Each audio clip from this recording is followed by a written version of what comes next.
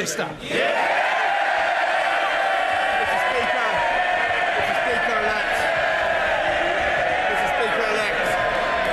Mr. Speaker-elect, I'm sure the whole House will join me in sending our condolences to the families and friends of Jack Merritt and Saskia Jones, murdered in the terrorist attack near London Bridge during the election campaign. And we pay tribute once again to the emergency services and to the members of the public for the bravery they showed. Mr. Speaker, and congratulating you on your office and congratulating the honourable right member for Wigan who's just spoken, I want to say, I don't know about you, Mr. Speaker-elect, but as you survey this House from your eminence, he's still Speaker-elect, from your eminence, Mr. Speaker, with the characteristic beam that has brought you such deserved popularity, Mr. Speaker. I don't know what you think, but I mean absolutely no disrespect to those who are no longer with us, Mr. Speaker, but I think that this Parliament is a vast improvement on its predecessor.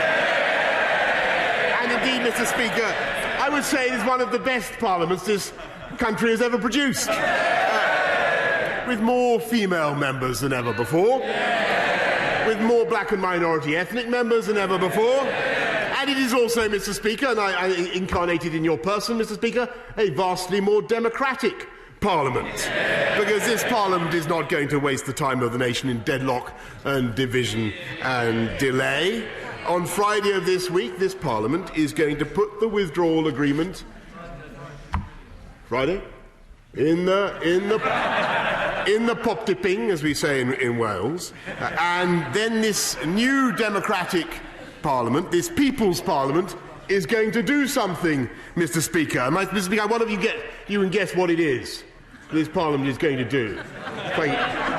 What is it going to do? Mr. Speaker, not paying attention. Mr. Speaker, one of you can guess what this Parliament is going to do once we put the withdrawal agreement back. We're going to get Brexit done, Mr. Speaker.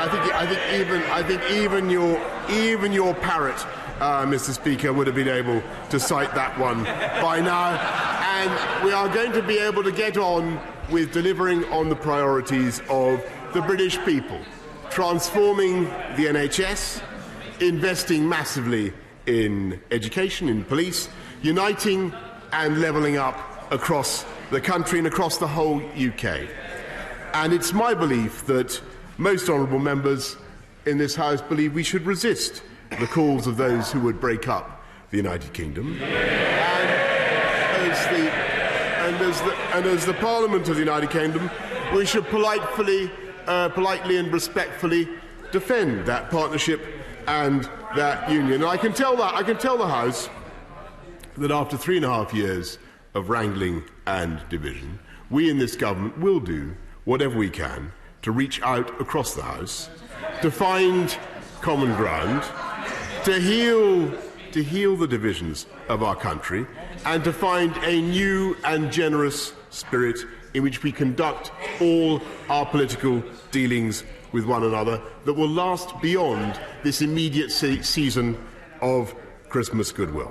And in that spirit, Mr. Speaker, I congratulate you once again on your election, and I look forward to months and years ahead under your guidance.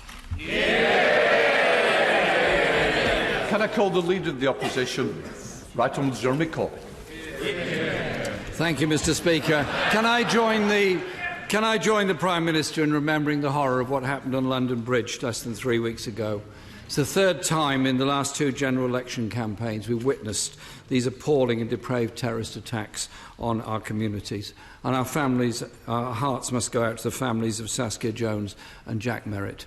And when the Prime Minister and I attended a memorial event at the Guildhall, I had the honour of meeting many of the students that had been at college with Jack, and they were just devastated. And in his memory, they wanted his work and his message to carry on. And I think we should remember the very good words of his father, David, about how proud he was of his son on that day. That attack was an attempt to damage our democracy, to halt the process.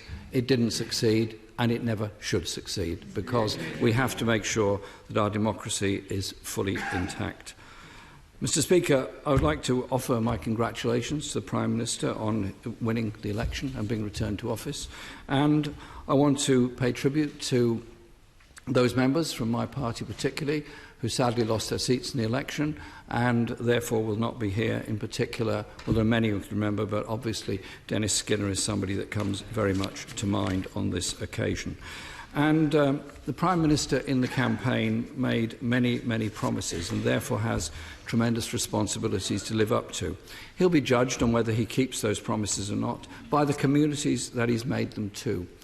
Our job in the Labour Party will be to hold this government to account and stand up for the communities that we represent and for the more than 10 million people that voted for our party in the general election, because that is what parliamentary democracy is about, holding government to account and representing the people that have sent us here on their behalf. Can I also, Mr. Speaker-elect, offer my congratulations to the honourable member for Worthing West on taking up his position of Father of the House.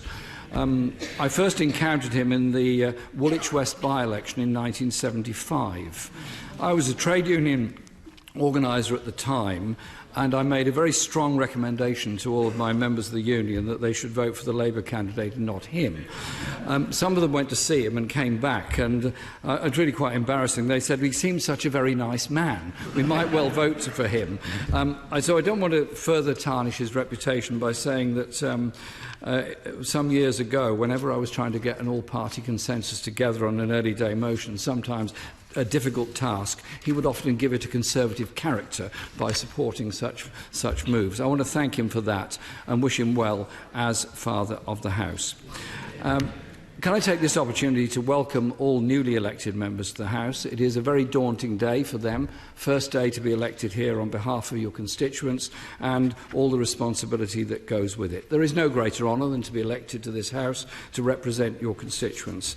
And one of the greatest strengths of our political system is that every one of us represents a community.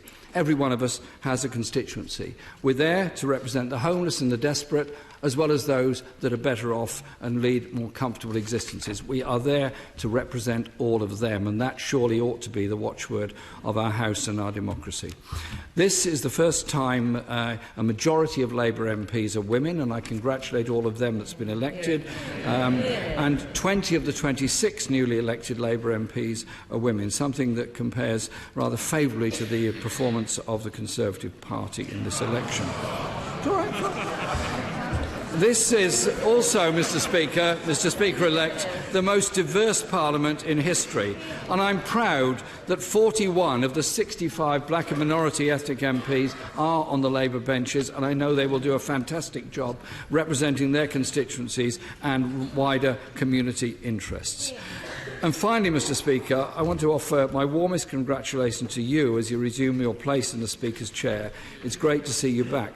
Your role goes beyond the pomp and the ceremony, and that's something you very well understand.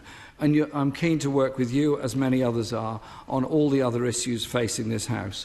This House can't function without member staff, House staff, security, administration, caterers, cleaners and officials that do so much good work here. They all make a contribution to ensure our democracy functions properly. But there's also enormous pressure on MPs, on staff and many others, and I know that you take very seriously the mental health and well-being of all of us, and I hope in this House we will ensure that that is the case. Can I just conclude, Mr. Speaker, with this? In your House, there are portraits of many of your predecessors. Indeed, all of your predecessors have portraits all around there. And one of the most famous is, of course, Speaker Lindsay Hoyle, who resisted the autocracy of Charles I in support of the freedoms of Parliament. Our democracy needs you, Mr. Speaker, as a Speaker who will stand firm against abuses of power by the executive or by anybody else. In doing so, you're not just defending the rights of this House, but the rights of millions of people who put their faith in a democratic system to elect a parliament and therefore a government that is answerable to them. Our rights and freedoms are always precious, but also often precarious. Democracy is not a given. It's something we have to extend and defend. And I'm sure you, in your role as Speaker-elect and hopefully Speaker very soon, will do exactly that. I congratulate you on your election and look forward to working with you.